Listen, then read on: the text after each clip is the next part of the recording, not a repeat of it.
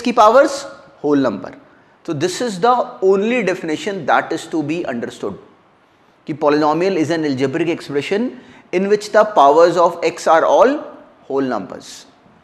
अब अगर अपनी इतनी सी डेफिनेशन को पकड़ के बिल्कुल याद रखना होल नंबर्स होनी चाहिए सारी की सारी, ये हमारा अकेला इस टॉपिक में हमारे काम का नंबर है।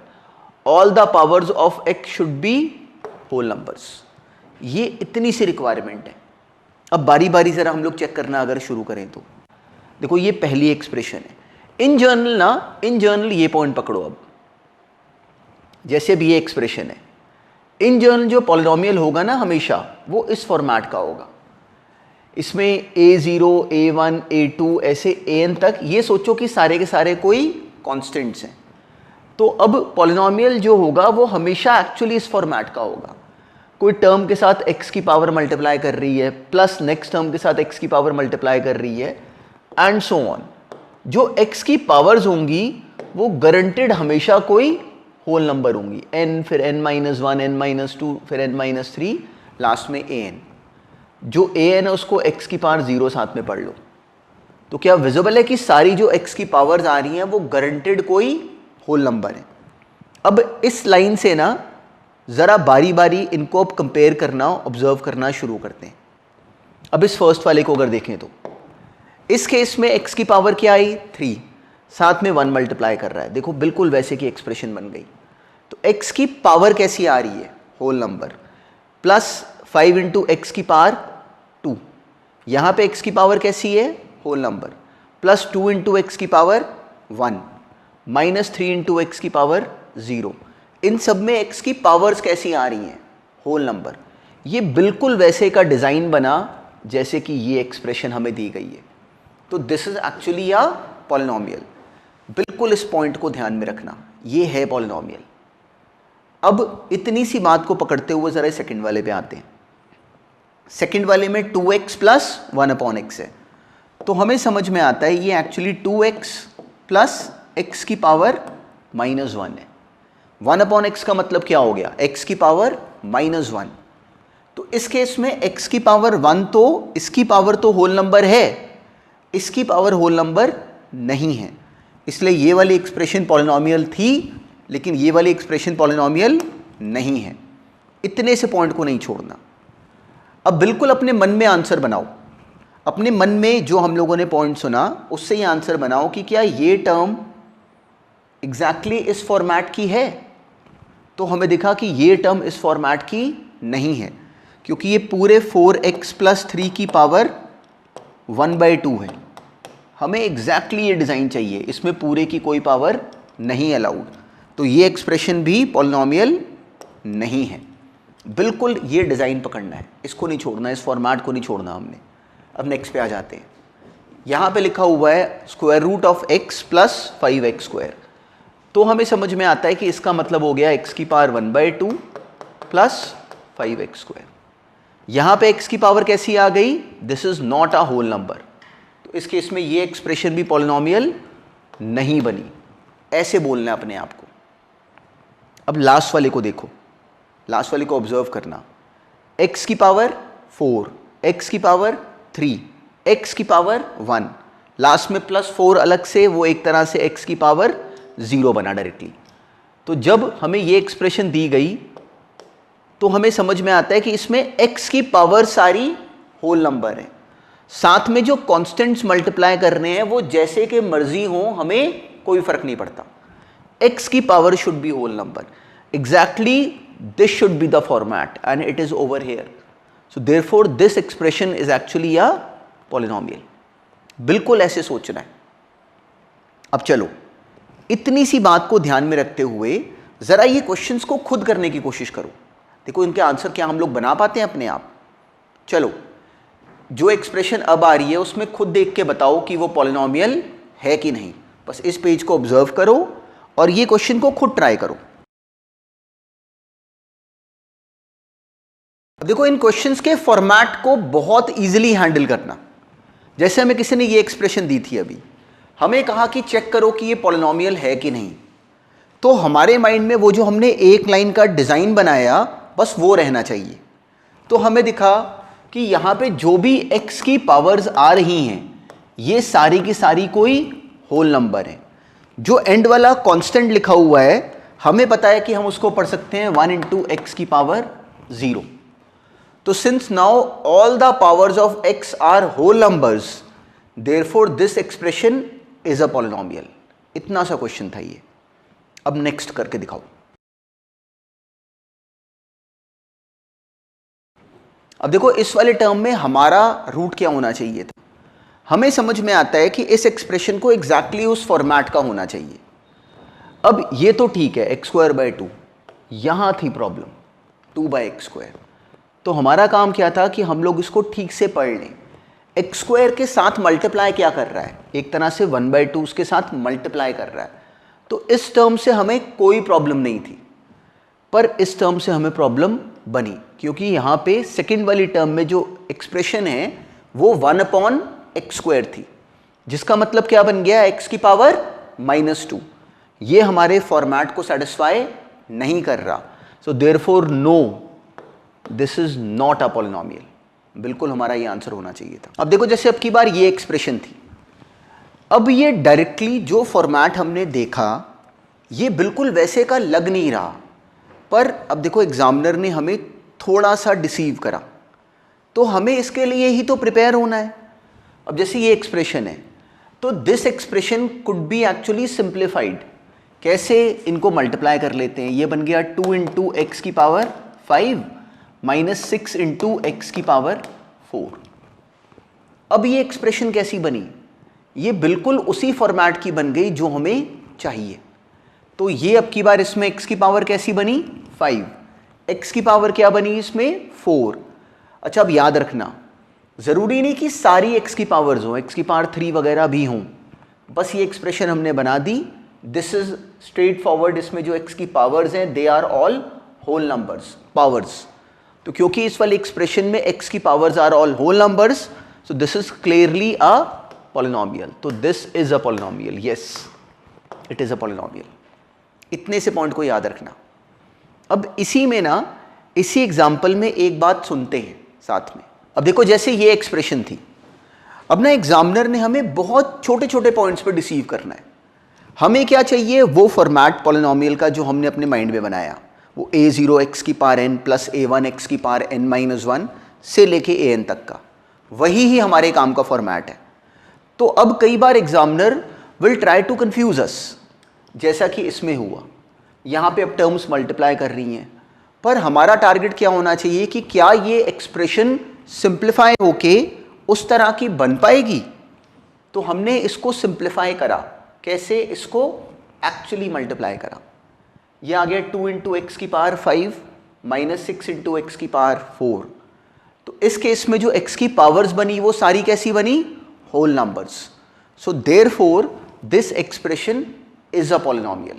Why? Because all the powers of x involved in this term are actually whole numbers. तो therefore this is a polynomial. तो हमारा आंसर होता है yes, it is a polynomial. अब इतनी सी बात पे ना एक छोटी सी आसान सी नई बात अब सुनते हैं। एक नया नाम सुनते हैं, बहुत सिंपल है। वो नाम भी हमें बस फॉरएवर काम आता रहेगा, लाइफ लॉन्ग। चलो अब वो पॉइंट देखते हैं। जो अब हमने नया नाम सुनना है ना, वो नाम है कोफिशिएंट। ये है वो नया नाम जो अभी हमने सुनना, और बहुत सिंपल सा नाम है, बस ये बातें ध्यान में रखना। देखो जब हमने पॉलिनोमियल बनाया, जो हमने अपने माइंड में जो एक्सप्रेशन डाली, उसमें हमें दिखा कि जो x की पावर वाली टर्म्स हैं उनके साथ कोई कॉन्स्टेंट्स मल्टीप्लाई करते जा रहे हैं। तो वो जो कॉन्स्टेंट्स जो उनके साथ मल्टीप्लाई करते हैं ना, उनका नाम एक्चुअली होता है उन पावर्स के कोफिशिएंट्स। ये एक्चुअली कोफिशिएंट्स हैं। अब देखो इस बात का मतलब क्या बना। जैसे ये फर्स्ट टर्म है इस पॉलिनोमियल में, x की पावर 3 वाली टर्म, इस केस में इस x की पावर 3 वाली टर्म का जो कोफिशिएंट है वो ये 2 है। तो इस टर्म x की पावर 3 का कोफिशिएंट क्या बना, 2। सिमिलरली x² वाली टर्म का कोफिशिएंट क्या बना, 5। x वाली टर्म का कोफिशिएंट, इसको याद रखना, x वाली टर्म का जो कोफिशिएंट है वो अगर हमारे माइंड में गलती से आए कि वो 3 है तो it is a mistake. Coefficient में साथ में अगर बीच में माइनस साइन अगर है तो इट वुड बी इनकॉर्पोरेटेड। तो डायरेक्टली x वाली टर्म का जो कोफिशिएंट बना वो बना -3। याद रखना है ये बात बिल्कुल, ये पॉइंट है जो हमने पूरी तरह माइंड में रखना है। इसका कोफिशिएंट क्या बना -3 और लास्ट में कांस्टेंट टर्म क्या आ रही है -7। बिल्कुल ये फिगर अपने माइंड में रखना। चलो अब इसी को लेके ना एक बड़े ध्यान से एक छोटी सी बात और देखो। मान लो कहीं टर्म होती, मान लो कहीं एक्सप्रेशन होती x³ प्लस 3x प्लस 2, ये मान लो टर्म होती। तो इस केस में x³ का कोफिशिएंट क्या बनता, हमें दिखता है कि साथ में 1 मल्टीप्लाई कर रहा है, तो वो तो आ गया 1। अब कोई इसमें अगर पूछ ले कि x² का कोफिशिएंट क्या होगा, तो यहाँ पे x² वाली टर्म तो है ही नहीं। तो अगर यहाँ पे x² वाली टर्म है ही नहीं तो एक्चुअली उसके साथ क्या मल्टीप्लाई करा होगा ताकि कि वो टर्म वैनिश हो जाए। तो हमें समझ में आता है कि उसके साथ एक्चुअली 0 मल्टीप्लाई करा गया हो गया। तो एक्चुअली यहाँ पे x² वाली टर्म का जो कोफिशिएंट है वो 0 है। याद रखना ये बात, ये बहुत बार बहुत क्वेश्चंस में हेल्प करेगी। x वाली टर्म का कोफिशिएंट क्या है 3 और कांस्टेंट टर्म क्या है 2। तो इस वाले पॉइंट में जो मेजर बात ध्यान रखने वाली थी वो ये, इसको माइंड में रखना कि यहाँ पे वो टर्म नहीं है, मतलब उसका जो कोफिशिएंट है वो एक्चुअली 0 है। तो ये हमने एक छोटा सा नाम करा कोफिशिएंट। इसी के साथ एक्चुअली एक और बहुत काम का एक और नाम ध्यान में रखना, और वो नाम है डिग्री। हमने 2 नाम सुने अभी, एक नाम सुना कोफिशिएंट, एक नाम सुनने लगे हैं डिग्री। डिग्री क्या होता है, डिग्री होता है एक पॉलिनोमियल में, डिग्री क्या होता है, डिग्री होता है एक पॉलिनोमियल में x की जो हाईएस्ट पावर आ रही हो। जैसे अब ये एक पॉलिनोमियल है, इस केस में x की हाईएस्ट पावर क्या आ रही है, सबसे बड़ी पावर कौन सी आ रही है, हमें देखा कि वो ये आ रही है 3। तो जो एक पॉलिनोमियल में x की हाईएस्ट पावर आती है हम कहते हैं कि वो उस पॉलिनोमियल की डिग्री है। तो actually this is a polynomial of degree 3। Degree is what, remember degree is the highest power of x occurring in the polynomial. जो उसकी हाईएस्ट पावर अकरिंग होती है वही उसकी डिग्री, हम लोग डायरेक्टली बोलते हैं कि वही उसकी डिग्री है। तो इस केस में this is a polynomial of degree 3।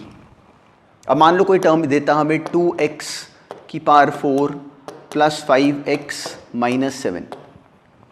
तो इस पॉलिनोमियल की डायरेक्टली हमें विजिबल है कि डिग्री कितनी होती, डिग्री होती है x की सबसे बड़ी पावर। तो यहाँ पे x की सबसे बड़ी पावर क्या बनी 4, तो इसकी डिग्री कितनी आ गई 4।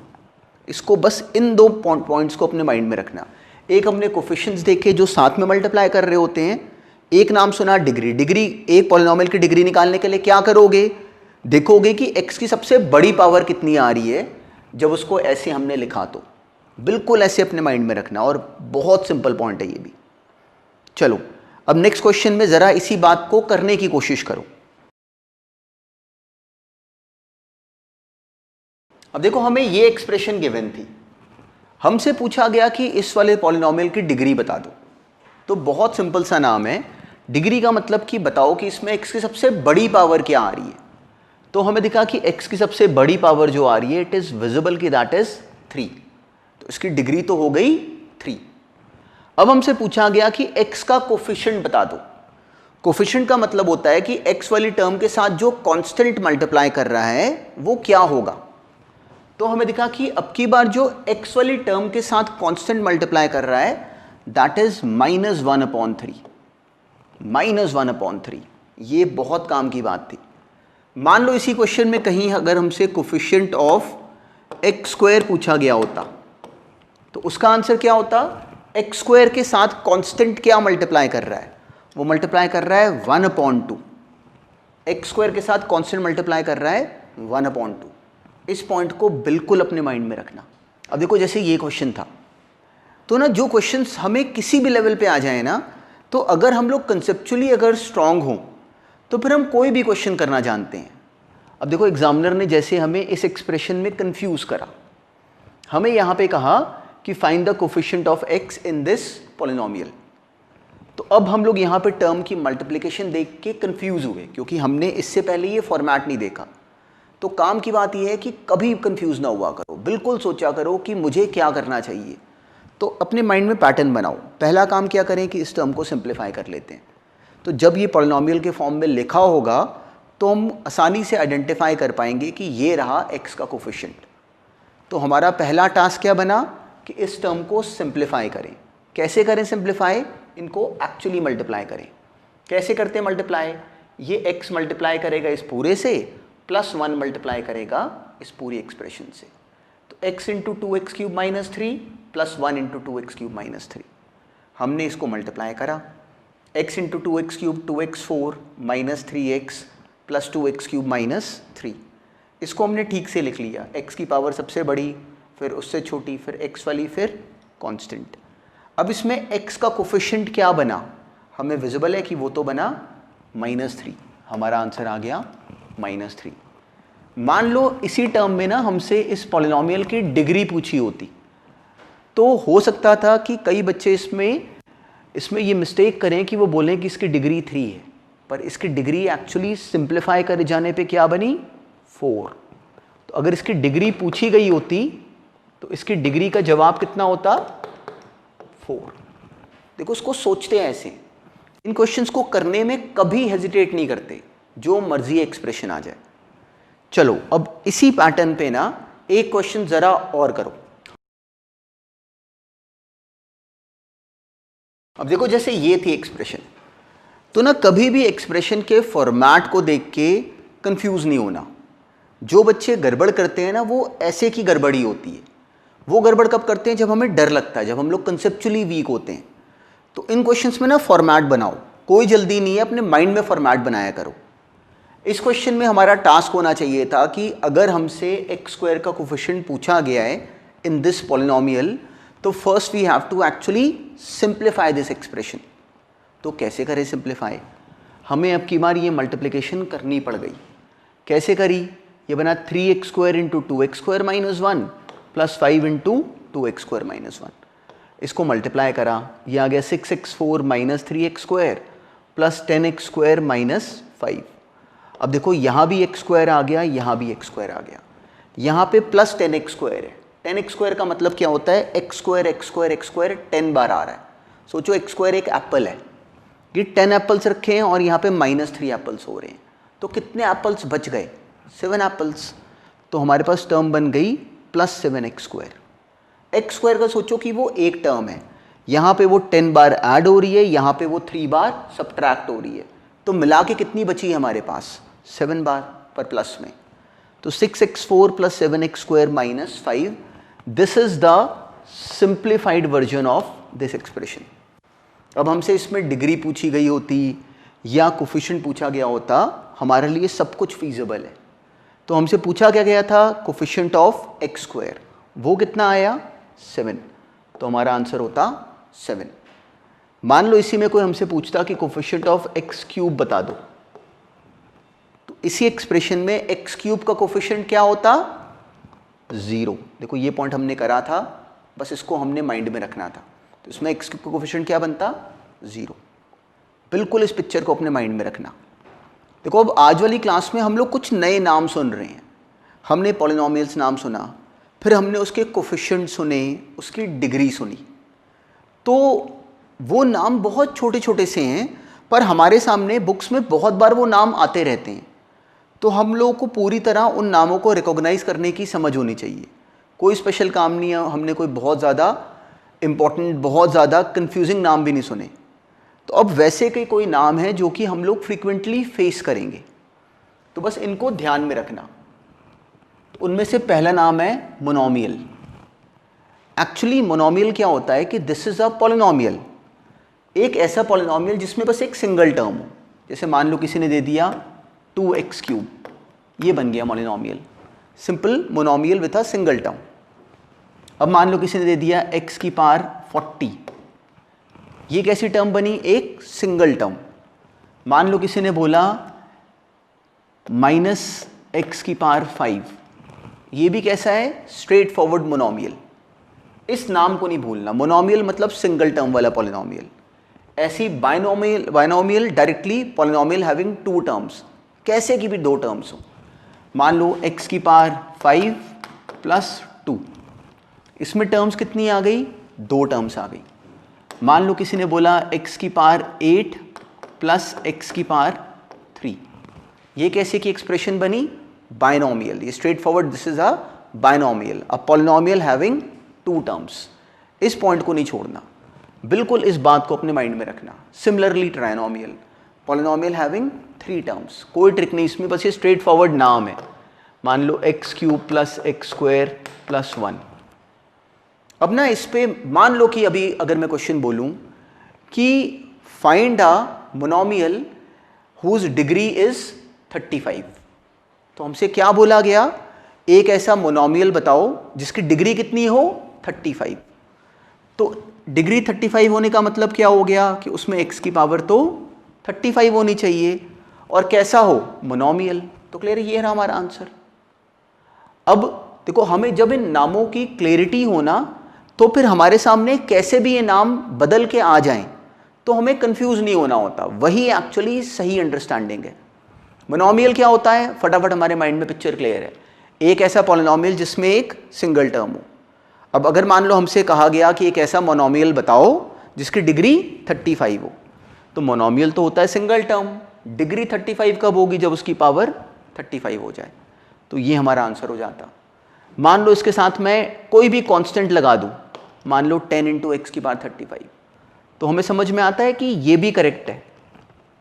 Y, because it is still a monomial whose degree is 35। तो इन पॉइंट्स को बस ऐसे पकड़ो, बहुत स्ट्रेट फॉरवर्ड हैं, पर इनको बिल्कुल अपने माइंड में ऐसे डालो। It is very straightforward and it should be known to us straightforward, बिल्कुल ऐसे ही हमें पता होने चाहिए। किसी ने हमसे क्वेश्चन पूछा कि find a binomial whose degree is 10, तो हमारे माइंड में क्या आना चाहिए, बाइनोमियल क्या होता है, एक ऐसा पॉलिनोमियल जिसमें कि 2 टर्म्स हैं। डिग्री 10 का मतलब x की सबसे बड़ी पावर को 10 होना चाहिए। तो हम कोई भी बना देते, मान लो 2 इंटू एक्स की पावर 10 प्लस एक्स की पावर 3, इसमें टर्म्स कैसी आ गई, 2 टर्म्स आ गई, और इसकी डिग्री कितनी बनी, 10। This is just one example, हम कितने भी मर्जी और बना लेते, it was totally up to us. तो ये बहुत आसान सा नाम है, इनको बस हमने माइंड में रखना है। अब एक नाम और सुनते हैं। देखो हमने आज क्या क्या नाम करे, हमने सुना कि पॉलिनोमियल क्या होता है, फिर हमने करा कि उसका कोफिशिएंट्स का मतलब क्या होता है और उसकी डिग्री क्या होती है। उसके बाद हमने एक आसान सा नाम करा कि polynomials actually monomial, binomial, trinomial, जो कि बहुत स्ट्रेट फॉरवर्ड नाम है, बस हमें वो नाम की रिकॉग्निशन होनी चाहिए। पर जो मेन हम लोग जो इंटरेस्टिंग बात आज के दिन में करने वाले हैं ना, वो ये है एक्चुअली। अब देखना क्या, अब जैसे ये एक पॉलिनोमियल है, अब इस पॉलिनोमियल का ना अब एक नाम रखते हैं। उसका नाम देखो, अब हम लोगों ने यहाँ पे पहली बार इसका नाम डिफाइन करा, p ब्रैकेट के अंदर x। इसको पता है कैसे बोला करो, इसको बोला करो p of x, p of x। इसका मतलब क्या हो गया कि इसमें इस सोचो कि p कोई एक मशीन है, उसके अंदर जब हमने x डाला तो उसका ये आंसर आया। तो p ऑफ x का आंसर ये है, ये p मल्टीप्लाइड बाय x नहीं हो रहा, याद रखना, ये p मल्टीप्लाइड बाय x नहीं हो रहा, ये p ऑफ x है। इसका मतलब क्या हो गया, हमने इस पूरे पॉलिनोमियल का एक नाम रख लिया। अब इसमें वेरिएबल क्या है, x, इसलिए इसका नाम रखा हुआ है p ऑफ x। अब देखो इस बात का सेंस क्या बना, हमें समझ में आ गया कि p ऑफ x मतलब इसमें x डाले जाने पे इसका जवाब ये बनता है। तो मान लो कोई हमसे पूछ ले कि p ऑफ 1 बताओ, तो क्या करेंगे, हमें बता दिया गया कि x डाले जाने पे उसका आंसर ये बन रहा है। तो 1 डाले जाने पे आंसर कैसा बनेगा, वो कैसे निकालें, सिंपली इसमें 1 डाल दें, p ऑफ 1 निकाल दें। वो कैसे निकालें, सिंपली यहाँ पे x की जगह हम 1 पुट करा दें। तो हमने करा दिया, 1 का क्यूब प्लस 2 इंटू 1 का स्क्वायर प्लस 5 इंटू 1 माइनस 1, ये क्या बन गया, 1 प्लस 2 3 प्लस 5 8, 8 माइनस 1 7। इसका आंसर आ गया स्ट्रेट फॉरवर्ड 7। तो p ऑफ 1 इज 7। कोई हमसे पूछ ले फाइंड p ऑफ 1, तो हमें समझ में आता है कि इस बात का मतलब क्या है, कि सिंपली हमने इस p वाले स्ट्रक्चर में x की बजाय 1 डाल देना है।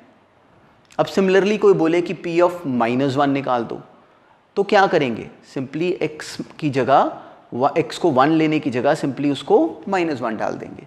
वो आगे -1 का क्यूब प्लस 2 इंटू -1 का स्क्वायर प्लस 5 इंटू -1 और एंड में -1। ये बन गया -1 plus 2 1 minus 5 that is -4 -1 it is -6। देखो ये देखो कि इसको निकालना कैसे है, क्या करना है, कितना सिंपल सा काम है। सिंपली इस स्ट्रक्चर में हमें कहा गया इस पॉलिनोमियल में कि p ऑफ -1 निकालो, तो सिंपली हमने x को 1 लेने की बजाय -1 ले लिया। अब हमसे कहा गया अगर मान लो p ऑफ 0 निकालो, तो क्या करेंगे, सिंपली x को यहाँ पे 0 पुट करा देंगे, वो आ गया 0 + 0 + 0 -1 विच इज़ -1। देखो इसको बोलना, इसको सोचना कैसे है। अब ज़रूरी नहीं कि वो हमें सिंपल ऐसे x ही हर बार कोई वैल्यू पुट कराने को बोलें। मान लो कोई हमें बोले कि p ऑफ k बता दो, तो हमें समझ में आता है कि p ऑफ x डाले जाने पे इसका आंसर ये आ रहा है। p ऑफ m डाले जाने पे क्या आता, जहाँ पे x है वहाँ पे m आ जाता। तो p ऑफ k डाले जाने पे क्या होगा, जहाँ पे x होगा वहाँ पे k आ जाएगा। बस इतना सा पॉइंट है। वो बन गया k³ + 2k² + 5k - 1। There was no trick. अच्छा अब अपने मन में ये बनाओ, मान लो कोई बोले कि p ऑफ -x निकालो, तो क्या करोगे, इतना सा पॉइंट पकड़ोगे कि सिंपली जहाँ पे x है वहाँ पे -x आ जाएगा। देखो याद रखना p ऑफ -x क्या बना, सिंपली जहाँ जहाँ पे x है वहाँ पे -x आ जाएगा। No new trick. -x का क्यूब प्लस 2 इंटू -x का स्क्वायर प्लस 5 इंटू -x -1, इसको एग्जैक्टली हमें ऐसे बनाना चाहिए था। तो एक्चुअली ये सिंप्लीफाई हो जाता, ये बन जाता -x³ प्लस 2x² -5x -1। पर देखो इसको सोचते कैसे हैं, that is important. p of -x का मतलब क्या हुआ कि इस मशीन में जहाँ पे x है वहाँ पे अब की बार -x डालो, इस पॉइंट को नहीं छोड़ना। तो अब ना नेक्स्ट क्लास में जो हमने जो काम करना है ना, उसमें ये बातें बहुत काम आएंगी। हमसे कहा जाएगा कि एक पॉलिनोमियल की वैल्यू निकालो,